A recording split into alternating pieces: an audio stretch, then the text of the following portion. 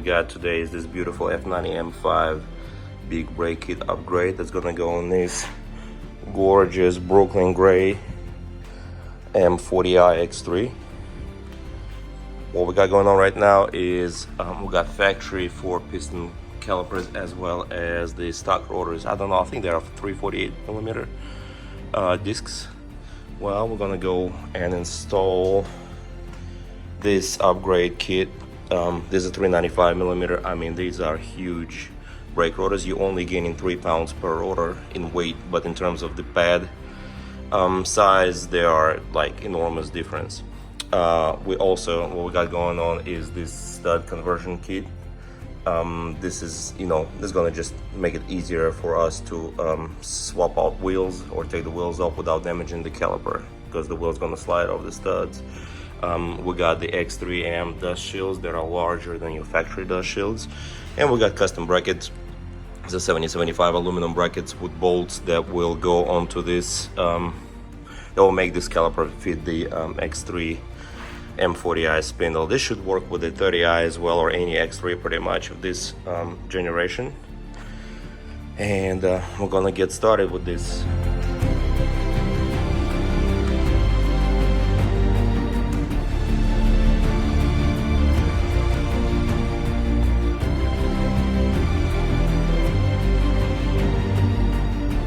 Basically, for the start, what we're gonna do is we're gonna take the wheel off. It's gonna be just multiple 17mm, 5 lug bolts, and we're gonna get the wheel out of the way. We're gonna look what's holding the caliper in place. Is there a scratch? Yep. No, it's not a scratch. Okay, we're gonna look at the caliper, what it looks like. There should be 2 E-Torques in the back that's holding the caliper to the spindle, and there's gonna be an Allen bolt. I don't know the size yet, probably T6, maybe T8.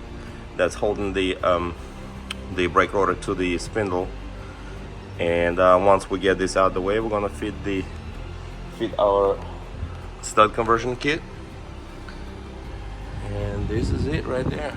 Okay, so it's a 6mm HW6 Allen. It comes right off. And now at this point, I'm gonna still put it back in, just get it finger tight so that the rotor doesn't fall off the spindle. Okay, so we're gonna take the caliper off. What's holding the caliper that I can see is this is one. There's gonna be another one right here. There's 2 bolts that's holding this caliper on, and we're gonna get a hook or something. Just hook it on the spring. Just let it hang out the way for now. And once the caliper is out of the way, we're gonna completely remove the rotor. We're gonna see what we got going on there.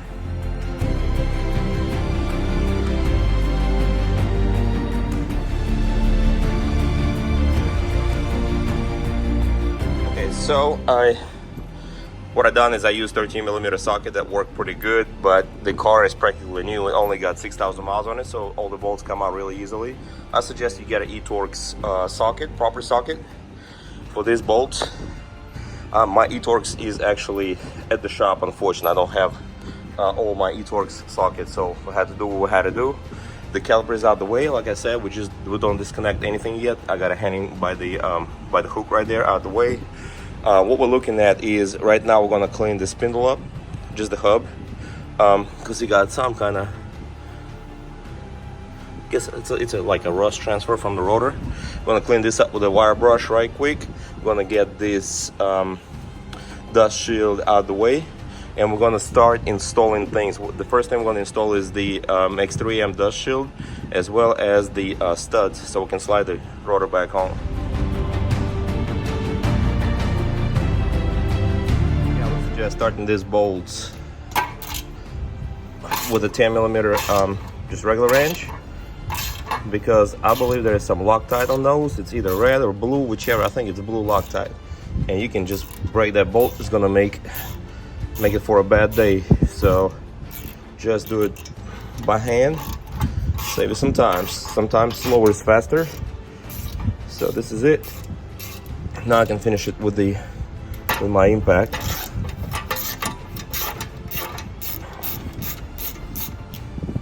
Okay, one more bolt at the bottom.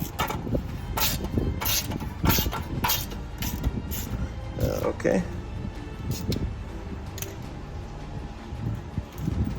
Get my impact, and we're just gonna zip them out. Gonna reuse these bolts for our X3M dust shield. Okay, so we're not gonna need this anymore.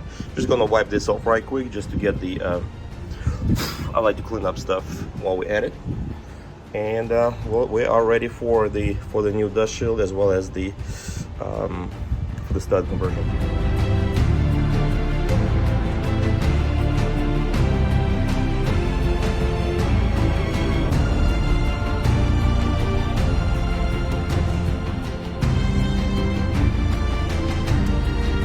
Installing the dust shield from the X3M onto this M40i.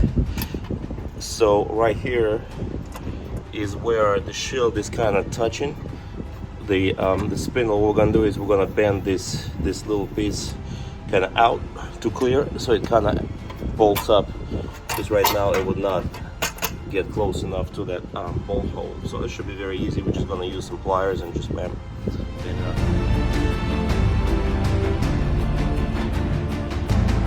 Dust shield is in place. Like I said, we had to bend this out the way just very lightly. Super easy to do.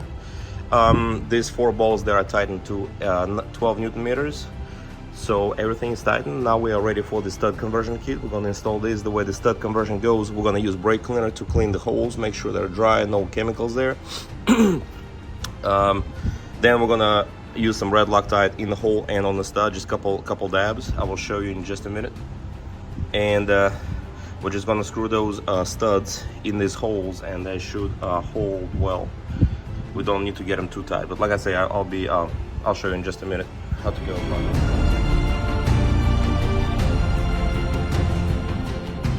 Okay, so we're just going to get this tight, and then we're gonna do another. It's as tight as it gets. We're gonna go another quarter turn with the range. Let me get the proper range. Yeah, it's size off. Okay, let me finish the result. We get it as tight as we can by hand. You know, just tighten it inside. We got a dab of red Loctite inside in the hole, as well as a little bit on the stud itself. And then we just get the manual ratchet and do about, you know, not even a quarter turn. It doesn't have to be super tight, just tight.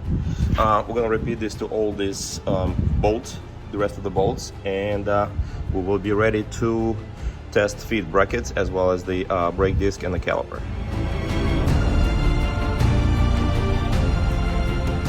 At this point, I decided to install the bracket that is going to mount those big calipers to the disc. So what we do is we pretty much install it this way and use the factory bolts.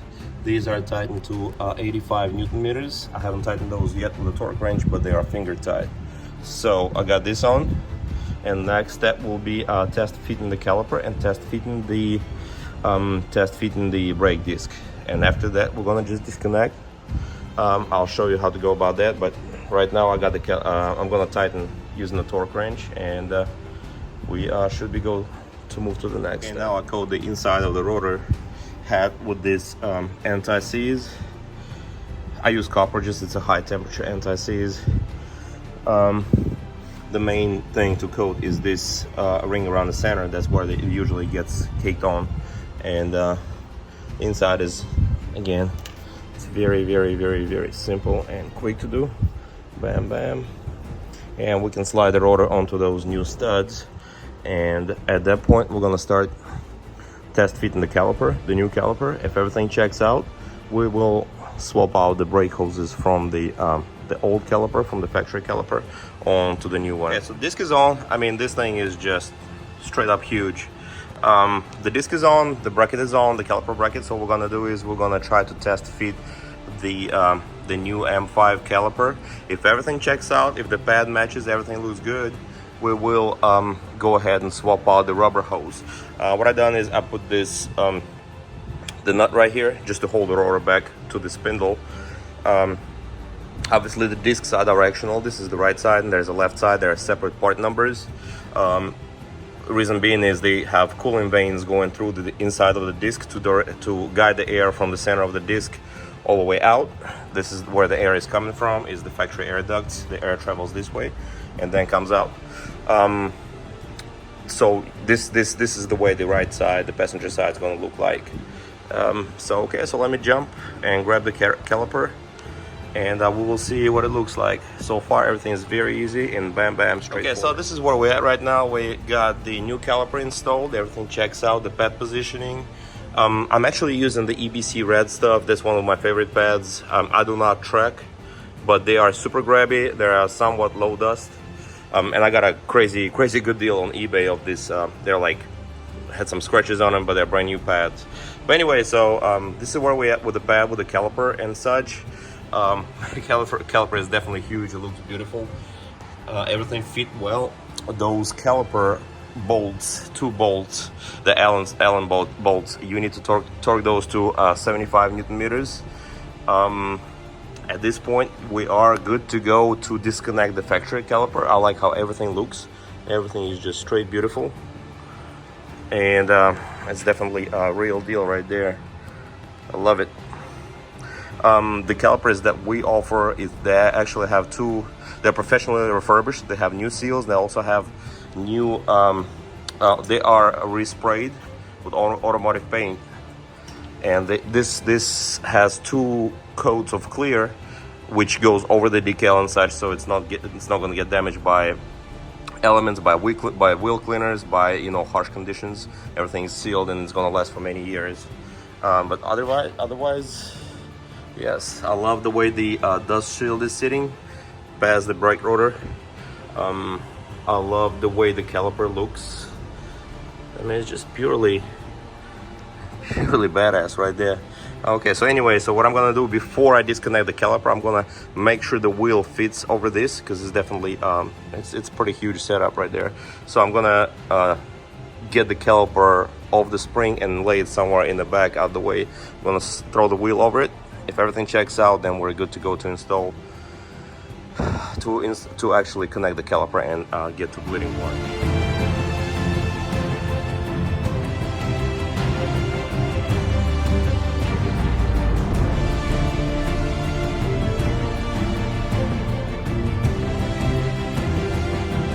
So the wheel fits well. At this point, what we got to do is we're gonna connect the factory hose. We're gonna disconnect the caliper, and we're gonna disconnect the hose here. There's just a rubber slide-on piece which we're gonna pretty much push off that bracket.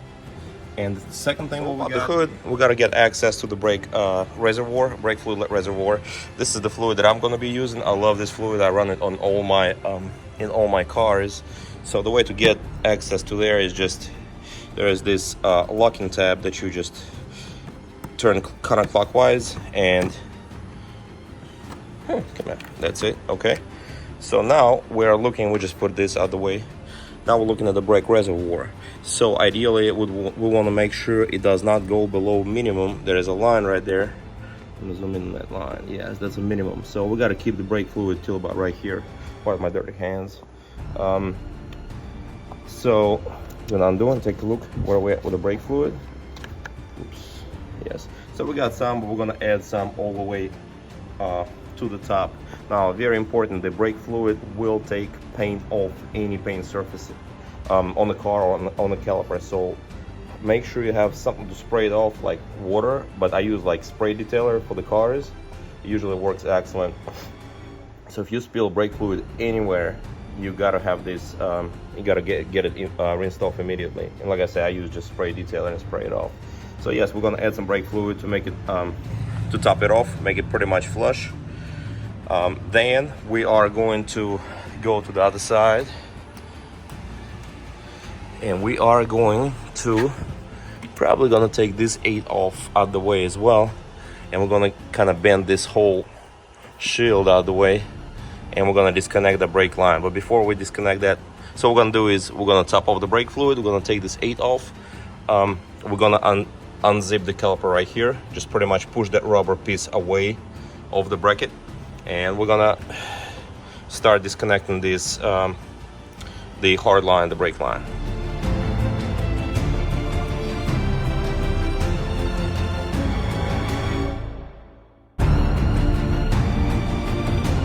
that definitely was an extra step, removing all these dust shields and a line. I could have done it. I actually swapped out from here, from the old caliper onto the new caliper really easily and quickly. I maybe lost a couple of drops of brake fluid. So everything's good to go. Now the only thing is the car, as I mentioned above, the car got 6,000 miles, so I'm probably going to use those brake hoses for a while. This rubber fitting here, it will keep the brake hose stretched. So ideally we need to slide it probably, I would say, about 2 inches. It needs to sit right here. That way, lock to lock, it's going to be plenty of room. I mean, plenty of hose, and we're not going to be stretching it. So I already started moving it. So all you got to do is hold the hose with one hand and twist this thing the other, you know, all around it, and just move it that way. So again, you just need to slide it up maybe a couple inches, and you should be done. We're going to start bleeding at that point. So again, that was easy. I snapped it back into the factory place, and then I pretty much just pulled from this end and pushed from the back, and I used some of my spray detailer on the brake hose and actually start moving pretty fairly easily. So lock to lock, everything checks out, everything looks pretty good. So what I'm going to do at this point is I'm going to get the air out. I really don't want to set up my pressure bleeder. What I'm going to do is I'm going to crack those bleeders one by one and let the brake fluid fill up the caliper. The caliper is empty, so there's a lot of brake fluid that's gonna be necessary to fill it up. So just keep an eye on the brake reservoir, and I'm gonna wait for my friend, which is gonna do a 2-people bleed. It's much faster. So yes, at this point everything's installed, everything looks good. We just need to bleed the system, and I'm gonna jump on the other side meanwhile while I'm waiting on the second person. But this is where we're at, and I think it looks pretty sharp. Again, just need to undo the brake line at the caliper, and this is yes, I'm super happy with this setup.